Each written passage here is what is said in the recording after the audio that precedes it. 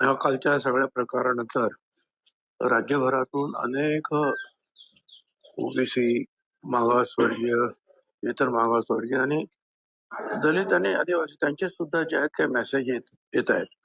हे नक्की काय आहे? मग आता पुढे काय करायचं? काही प्रमाणामध्ये ओबीसी समाजामध्ये मोठ्या प्रमाणात चिंता किंवा घबराट निर्माण झालेली आहे.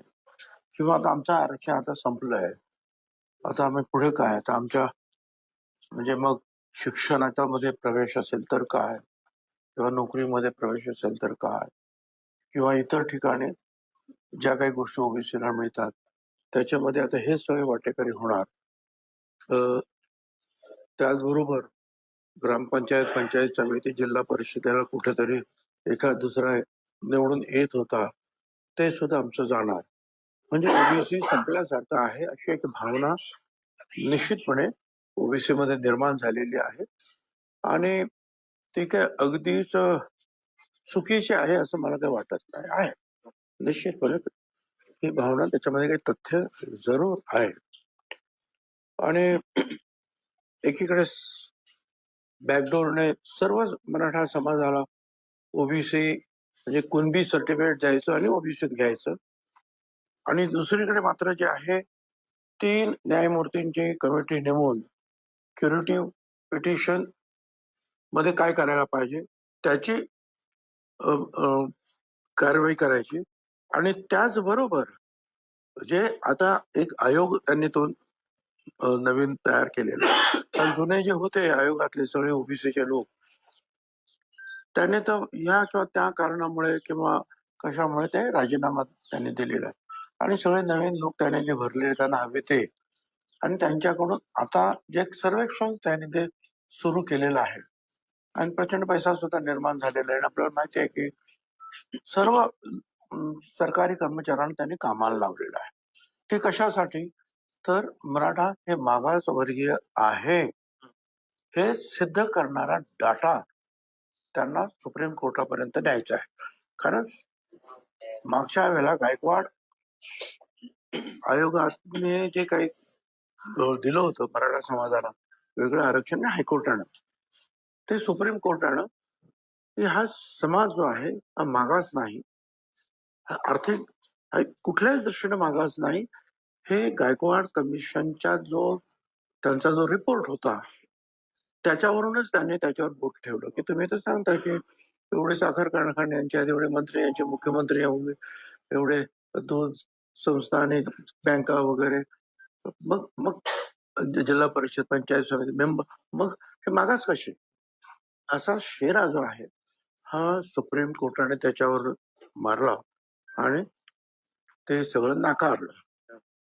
तर ते कसं आहे बरोबर हे दाखवण्यासाठी हा दुसरा प्रयत्न. म्हणजे एकीकडून सगळे मराठा समाज ओबीसी मध्ये टाकायचे, पण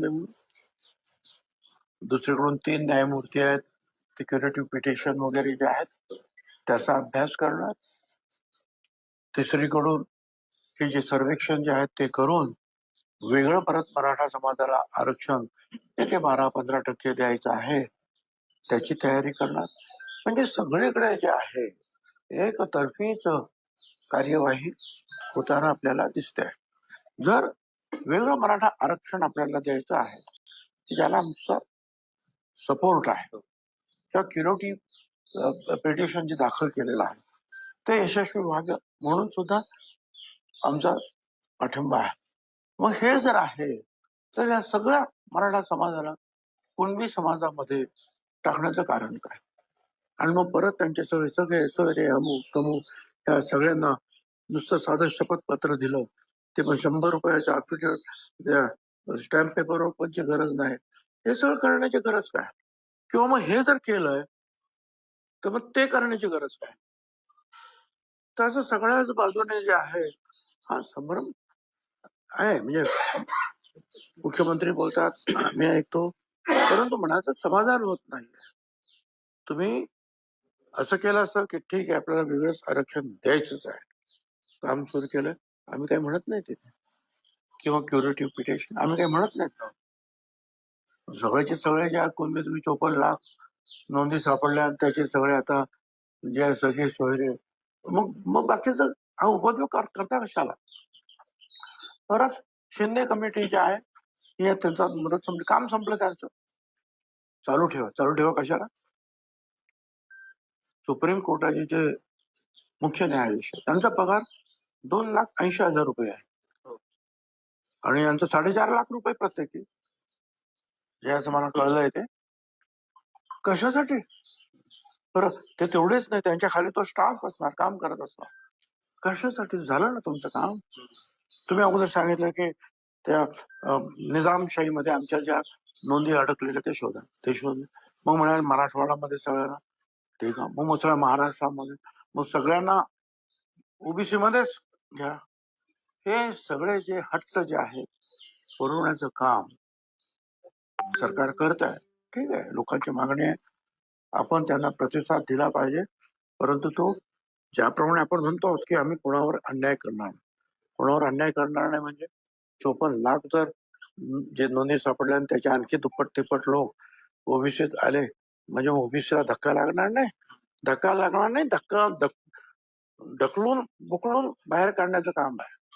नावाला ओबीसी आहे, परंतु त्याच्यामध्ये कुठलाही फायदा जो आहे ओबीसीला राजकीय असेल, शैक्षणिक असेल किंवा आणखीन काय असेल तो मिळणार नाही. बरं, ही सगळी मंडळी जी आहे, परंतु ते मराठा आरक्षण वेगळं दिलं, इकडे पण तिकडे पण. मग ते तुमचं ते सारथीमध्ये ते पण तिथेच, मग महाज्योतीमध्ये पण तेच. अरे आहे काय, काही कुठेतरी तुम्ही क्लॅरिटी देणार की नाही ओबीसी समाजात. हा समाज सुद्धा मतदान करतो हे विसरता येत नाही आपल्याला. आणि मग काही लोक म्हणतात की तुम्ही 2 समाजामध्ये तेढ वाढवता. मला सांगा काय करायला पाहिजे, कुठे आम्ही चुकतो.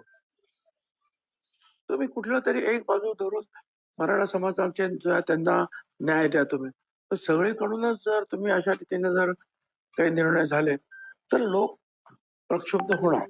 आणि त्यासाठी वेगवेगळे जे आहेत मेसेज, मला काल पासून जे लोक बोलतात, मेसेज पाठवतायत, काय करायचं विचारतायत. आता त्यासाठी जे आहे नक्की काय परिस्थिती राहील, त्यासाठी जे लोक आमच्या बरोबर, जे आम्हाला कल्पना की ओबीसी मध्ये काम करतायत, सगळ्या लोकांना बोलवणं काही शक्य नाही कारण ते काही जाहीर सभा नाही.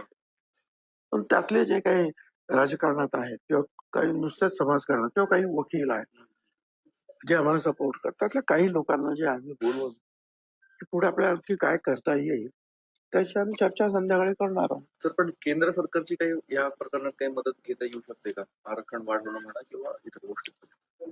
मी तर पहिल्यापासून म्हणालो की तामिळनाडू इतर ठिकाणी जर वाढवलं जात आहे आणि आता सुद्धा 10% त्यांनी वाढवलंच आहे ईडब्ल्यूएस मध्ये.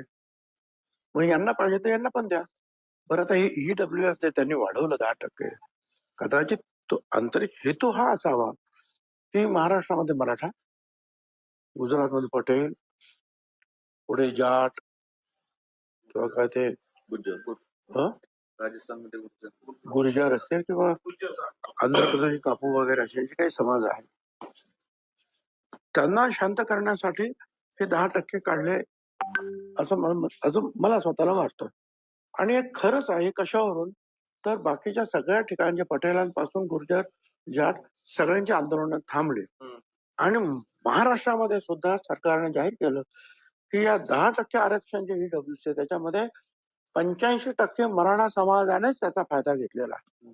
म्हणजे यांनी मग शांत बसायला पाहिजे होतं, पण ते शांत न होता वेगवेगळे आंदोलन करतायत आणि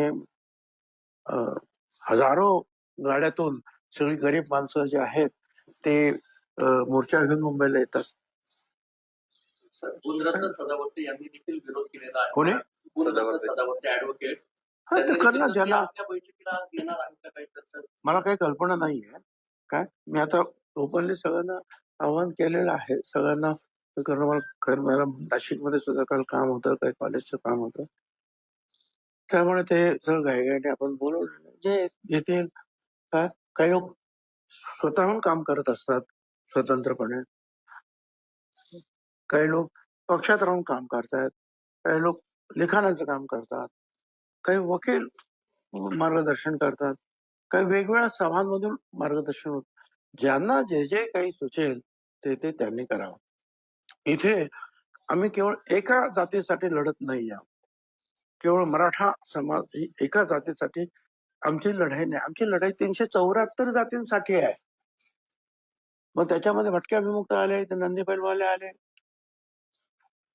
ते आणखीन जे काही ते मर्याईवाले असतात, सापवाले, गारुडी, अमुक तमुक अनेक लहान तिथून भटक्या विमुक्त जे आहेत सगळे, ते सगळे आहेत त्याच्यामध्ये. मोठे समाज सुद्धा आहेत, जसे धनगर आहेत, माळी आहेत, वंजारी आहेत, तेली आहेत, मूळ कुणबी आहेत, सुतार, लोहार, अमुक तमुक, 12 बलुतेदार, अलुतेदार, असे 374 जातींचं नुकसान होऊ नये